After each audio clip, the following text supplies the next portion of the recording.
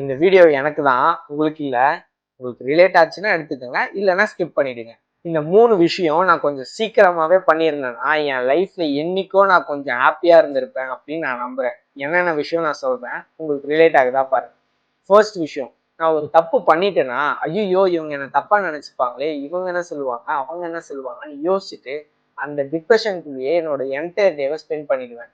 அதுக்கப்புறம் தான் புரிஞ்சிச்சு, இங்கே யாருமே பர்ஃபெக்ட் கிடையாது. எல்லாருமே ஒரு மிஸ்டேக்ஸ்ல இருந்து தான் கத்துக்கிறாங்க. அதனால அந்த மிஸ்டேக்கை இனிமே நம்ம லைஃப்ல பண்ணக்கூடாதுன்றத மட்டும் எடுத்துக்கிட்டு அவன் என்ன நினைச்சாங்க, நம்ம லைஃப் நம்ம பார்த்துக்கலாம், நம்மளோட பொட்டன்ஷியல் நமக்கு தெரியும் அப்படின்னு மூவ் ஆன் ஆக நினைச்சிட்டேன். செகண்ட் ஒன் என்னன்னா, என்னை சுத்தி இருக்க எல்லாரையும் சந்தோஷமா வச்சுக்கணும்னு நினைச்சு அவங்களுக்கு பிடிச்ச திங்ஸ் எல்லாம் வாங்கி கொடுத்து கடைசியில என்னையே மறந்துட்டேன். அப்பதான் ஒரு விஷயம் புரிஞ்சுது, நீ எவ்வளவு கஷ்டப்பட்டு உழைக்கிற, ஹார்ட் ஒர்க் பண்ற, உனக்காக நீ ஸ்பெண்ட் பண்ணிக்கிறது தப்பு இல்லைன்றது.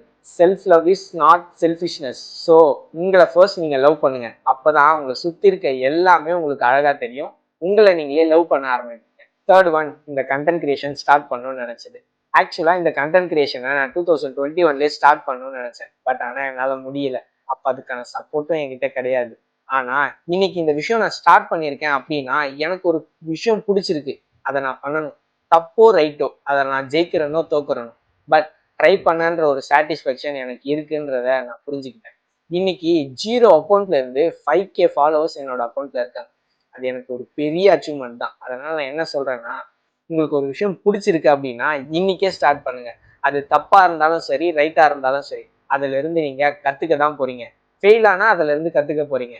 பட் சப்போஸ் அதுல நீங்க ஜெயிச்சிட்டீங்கன்னா உங்களுக்கு தர அந்த போதை வேற எதுலையுமே கிடைக்காது. ஸோ ட்ரை பண்ணுங்க. Start today itself. பாய்.